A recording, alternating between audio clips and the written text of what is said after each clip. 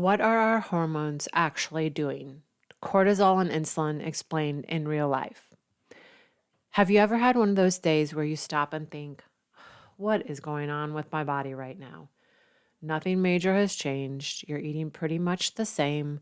You're doing your workouts, and yet your energy feels off. Your mood feels a little different. Sleep isn't quite right.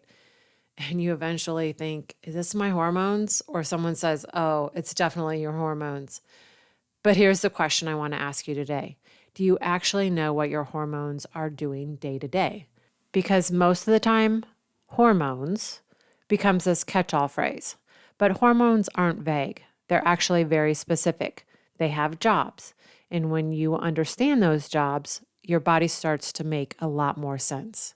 Before we go any further, just a quick reminder. I'm not your doctor, and this podcast isn't meant to diagnose or treat anything. I'm here to help you understand your body better and give you things to think about and apply. But always check in with your healthcare provider or practitioner before making changes to your health routine. Okay, so today we're going to simplify this just a little bit. We're focusing on just two hormones, cortisol and insulin, because these two are working behind the scenes all day long, and they're working together, whether you realize it or not. We talked a little bit about insulin last week, but this week we are going to make an important connection to cortisol. So let's start with cortisol, because cortisol has really gotten a bad reputation. Most people hear cortisol and think, ooh, stress hormone, I need less of that. But cortisol isn't actually the problem. Cortisol is what helps you wake up in the morning. It helps you focus. It helps you respond when life requires something from you. The goal is not low cortisol. The goal is right timing. Think about your mornings. In a well-supported rhythm, cortisol rises and helps you feel awake. But if you're waking up exhausted, hitting snooze, taking a while to feel like yourself, that's often cortisol not showing up the way it should. And then there's the opposite. You're tired all day. But the moment your head hits the pillow, your brain turns on. You're replaying conversations, you're planning tomorrow, you're thinking through everything that you ever thought of in the last 10 years. That's cortisol too, just showing up at the wrong time. Cortisol is constantly helping your body decide, do we need energy right now? Do we need to stay alert? Do we need to respond to stress? It's adjusting all day long based on what your body is experiencing. You'll hear this talked about quite a bit in the research around stress and metabolism, that cortisol isn't just about stress.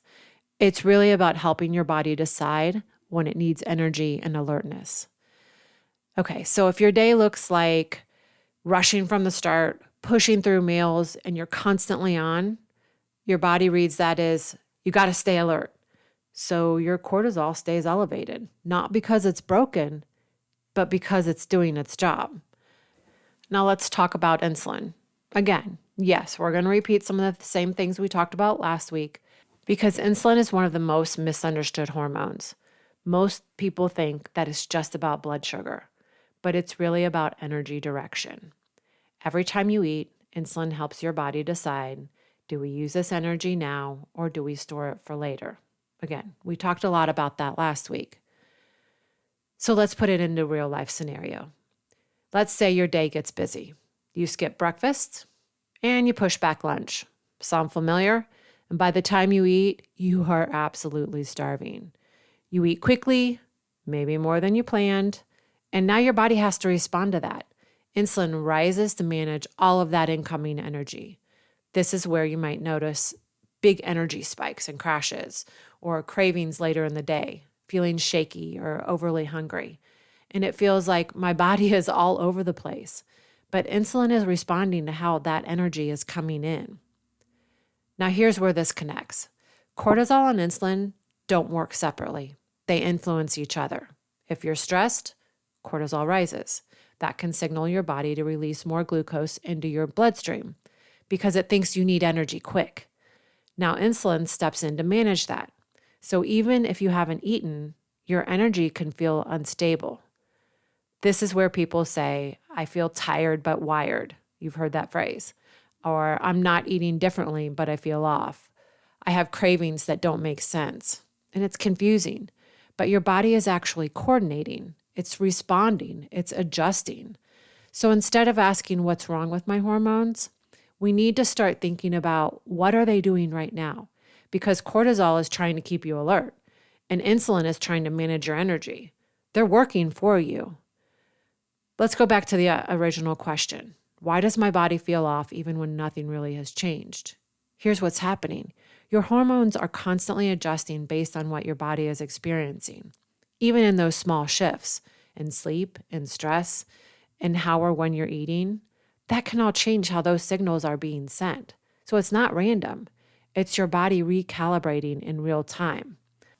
As always, we need a little bit of practical support. So what supports these hormones? Again, it's not extremes. It's steady support. What does that steady support look like? Giving your body a steadier start to the day, not staying in a constant on state all day, every day. It's getting the right amount of sleep, good sleep, so cortisol can reset. And it's creating enough consistency that your body isn't constantly adjusting. Simple things that tell your body you're supported. And yes, sometimes additional support can help. Things like minerals and foundational nutrients can support these systems, especially when life is demanding. Again, I've linked the supplements I personally use and trust in my Fullscript storefront. If you choose to use that link, it does support my work, so I truly appreciate it. But as always, those are optional. You always want to meet your foundations first.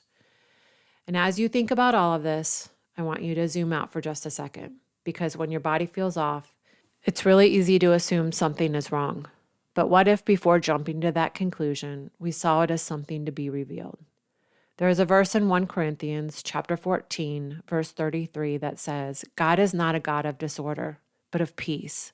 And I think that matters more than we realize when it comes to our health, because even when your body feels inconsistent, it's not operating randomly. Cortisol rising, insulin adjusting, energy shifting, that's not chaos. That's your body's actual communication. From the very beginning, we see that God created with structure and rhythm. In Genesis, there's order, day and night, light and dark, seasons and cycles. Nothing is random. Everything is super intentional, and your body reflects that same design. There are rhythms built into it. When you wake, when you feel alert, when you need rest, how you use and store energy. So when those rhythms feel off, it doesn't mean your body is failing. It often means it's responding to something within its environment. And I think that's where our role shifts. Because instead of trying to control the body, we're actually being called to steward it, to pay attention, to notice, to respond with care, not to override what it's doing, but to understand what it's communicating. And honestly, this becomes an invitation to discernment, not just in your faith, but in your physical body, to ask, what is being revealed here? What is my body responding to? What might need support right now? Because when you begin to see your body this way, you stop reacting out of frustration and start responding with intention. So if things have been feeling off lately, instead of jumping straight to, my hormones are out of balance, pause, get curious, ask, what is my body responding to right now? Because when you start there, everything begins to shift. You move from confusion to clarity, from frustration to understanding, and from trying to fix everything at once to supporting your body in the way it actually needs. And that's the goal here. Learning to listen, not just to react. Learning to support and not just control. So until next time, friend, stay nourished, stay steady, and choose wellness one thoughtful step at a time.